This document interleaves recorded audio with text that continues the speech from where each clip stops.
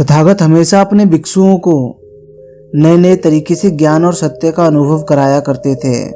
एक दिन उन्होंने अपने सभी भिक्षुओं में से एक भिक्षु को बुलाकर कहा, आज तुम जाओ और सारे दिन उस पहाड़ पर बैठे रहना और अपने चारों ओर घटित हो रही घटनाओं को देखना। उन घटनाओं को देखकर तुम क्या पाते हो, क्या महसूस करते हो और क्या तुम उन घटनाओं के पीछे छिपे अर्थ को देख पाते हो या नहीं। और बुद्ध बोले, तुम्हारा प्रयास यही होना चाहिए। तुम जिस भी घटना को देखो बस उसे समझने का प्रयत्न जरूर करते रहना।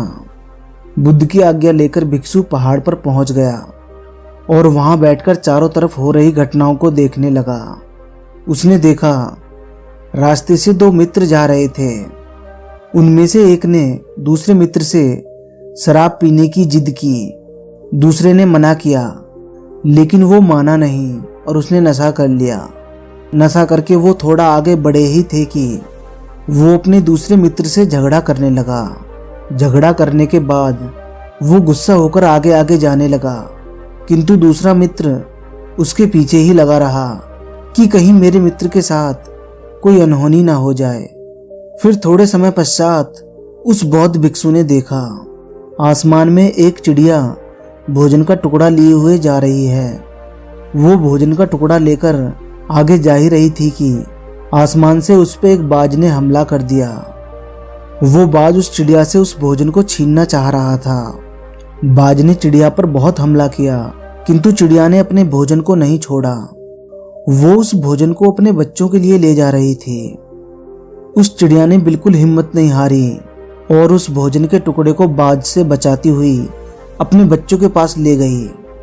फिर उस बौद्ध भिक्षु ने देखा एक तालाब में एक मछुआरा मछलियां पकड़ रहा है। वो काफी देर तक बैठा रहता। जब कोई मछली फंस जाती उसे बाहर निकालकर अपने झोले में रख लेता और फिर मछली फंसने का इंतजार करने लगता। काफी देर बाद फिर कोई मछली फंसती, फिर उसे निकालकर अपने झोले में रख लेता। वो धैर्य के साथ इस कर्म को कर रहा था। शाम हुई। मछुआरे ने अपना झोला उठाया और अपने घर की ओर रवाना हो गया। ये सब देख वो भिक्षु भी संघ की ओर चल दिया।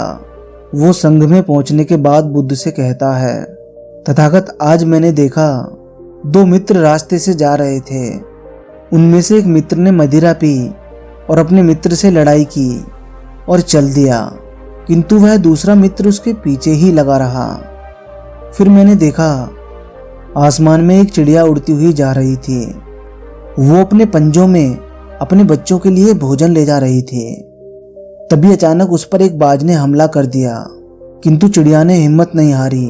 वो भोजन को लेकर अपने बच्चों के पास जाकर ही मानी। और मैंने एक मछुआरा भी देखा। वो तालाब में कांटे को डालता, कभी उसमें मछली फंसती तो कभी काफी देर तक यूं ही बैठा रहता। वो निराश होकर लौटा नहीं, निरंतर प्रयास करता रहा। उसे जो भी एक आध मछली मिलती वो उसे उठाकर अपने झोले में रख लेता। बुद्ध भिक्षु से पूछते हैं, तुमने इन दृश्यों से क्या सीखा, क्या जाना? उस बौद्ध भिक्षु ने कहा, तथागत मैंने सिर्फ ये दृश्य देखे हैं, दृश्यों के पीछे छिपे अर्थों को जानने का प्रयास नहीं किया। बुद्ध बोले, इसीलिए तुम्हें ज्ञान का भी एहसास नहीं हो सकता है। उनके पीछे छिपे अर्थों को जानने का प्रयास करो, तुम्हें ज्ञान का एहसास हो जाएगा। आगे बुद्ध ने कहा, जब तुमने देखा कि दो मित्र जा रहे थे तो एक ने शराब पीकर दूसरे मित्र से झगड़ा कर लिया, किंतु दूसरा मित्र उसके पीछे ही लगा रहा। यहाँ पर शराब पिया हुआ मित्र तुम्हारे मन के समान है। तुम भी अपने मन को लालच रूपी मदिरा पिला देते हो। वो भी तुमसे झगड़ा कर करके इधर उधर भागने लगता है और तुम मजबूरन उसके पीछे लगे रहते हो। दूसरे दृश्य में जब चिड़िया भोजन लेकर जा रही थी तो बाज ने उसे देखकर उस पर हमला कर दिया।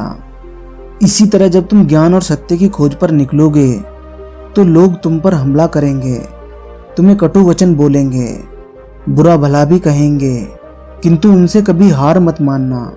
जब तक तुम अपने लक्ष्य को ना पालो उस चिड़िया की तरह हिम्मत हार के उसे त्याग मत देना। और तीसरे दृश्य में तुमने देखा वो मछुआरा तालाब में मछलियां पकड़ता और फिर काफी देर तक यूं ही बैठा रहता। फिर कोई मछली आई, फिर पकड़ा और फिर काफी देर तक यूं ही बैठ गया। इसी तरह तुम भी अपने विचारों को बैठकर देखो और जो गंदे विचार हैं उन्हें पकड़ पकड़ कर उन्हीं मछलियों के समान थैले में भर लो।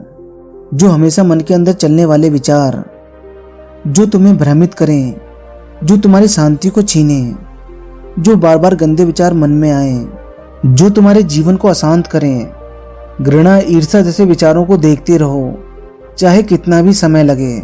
इन्हें पकड़ पकड़ कर उसी थैले में भरकर उनको समन कर दो, उन्हें नष्ट कर दो। फिर तुम पाओगे कि जीवन का सत्य और ज्ञान तुम्हारे चारों तरफ फैला हुआ है।